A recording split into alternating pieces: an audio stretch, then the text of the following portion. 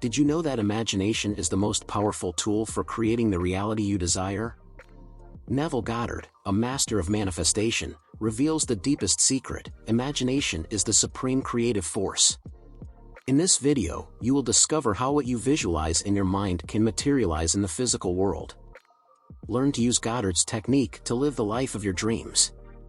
Are you ready to embark on this transformative journey? Neville Goddard's unique perspective on the Holy Scriptures and the Bible reveals that he did not conceive of God as an external entity to whom we direct our prayers and in whom we place our faith. On the contrary, he maintained that divinity resides within us, in the very essence of our being. Goddard revealed the profound truth that we are all architects of our own reality, affirming that God and the eye of man are one and the same. As human beings journeying through this earthly existence, embodied in body and soul, we possess an extraordinary power that allows us to radically transform our lives and even present circumstances, no matter how adverse they may seem. This change is achieved simply by modifying our pre-existing beliefs and conceptions.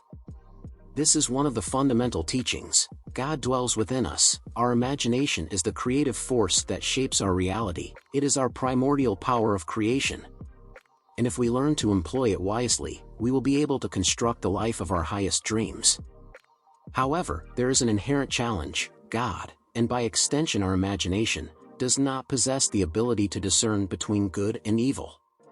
Everything we harbor in our minds, whether of a positive or negative nature, shapes the reality we experience. It may seem incredible, but it is an undeniable truth. There are no limits to the power of human imagination. It is the only force within ourselves that possesses the capacity to redeem us and transform any unfavorable situation we face in life. When we discover this immense power that resides within us, we affirm the supremacy of imagination and subject all things to its dominion. Consequently, we understand the crucial importance of assuming full responsibility for our lives and everything we experience, whether we have created it consciously or unconsciously. Now, let us pay attention to Neville's own words. Before continuing, I invite you to subscribe to our channel and turn on the notification bell so you don't miss any of our upcoming posts. Listen carefully and enjoy this valuable message.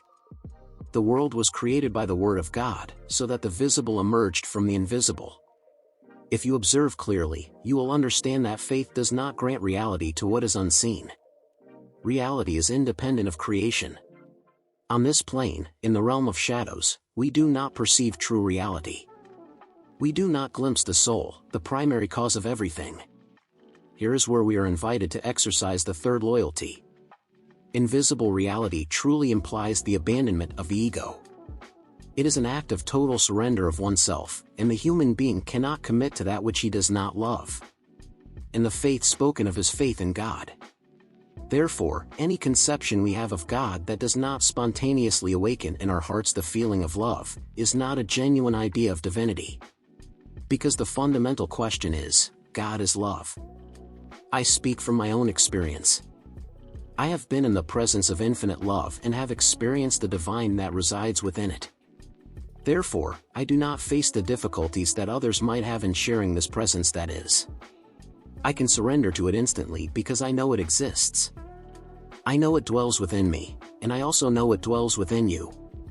Perhaps you are not yet fully aware of it, but I ask you to have faith. I humbly bow before this presence that resides within you, because through it all things are created, and without it nothing that exists would have been possible. So tonight we will demonstrate what I have achieved in the past with great success, and how this experiential knowledge operates, whether consciously or unconsciously. Now, let us listen to Neville in his own words. Before continuing, remember to subscribe to our channel and turn on the notification bell so you don't miss any of our upcoming posts. Pay attention and enjoy this valuable message. The world was created by the Word of God so that the visible emerged from the invisible. If you observe clearly, you will understand that faith does not grant reality to what is unseen. Reality is independent of creation. On this plane, in the realm of shadows, we do not perceive true reality. We do not glimpse the soul, the primary cause of everything. Here is where we are invited to exercise the third loyalty. Invisible reality truly implies the abandonment of the ego. It is an act of total surrender of oneself, and the human being cannot commit to that which he does not love. And the faith spoken of is faith in God. Therefore, any conception we have of God that does not spontaneously awaken in our hearts the feeling of love, is not a genuine idea of divinity. Because the fundamental question is, God is love. I speak from my own experience. I have been in the presence of infinite love and have beheld the divine being. Therefore, I do not face the difficulties that others might have in sharing this presence that is. I can surrender to it instantly because I know it exists. I know it dwells within me, and I also know it dwells within you. But perhaps you are not yet fully aware of it. I can only ask you to have faith.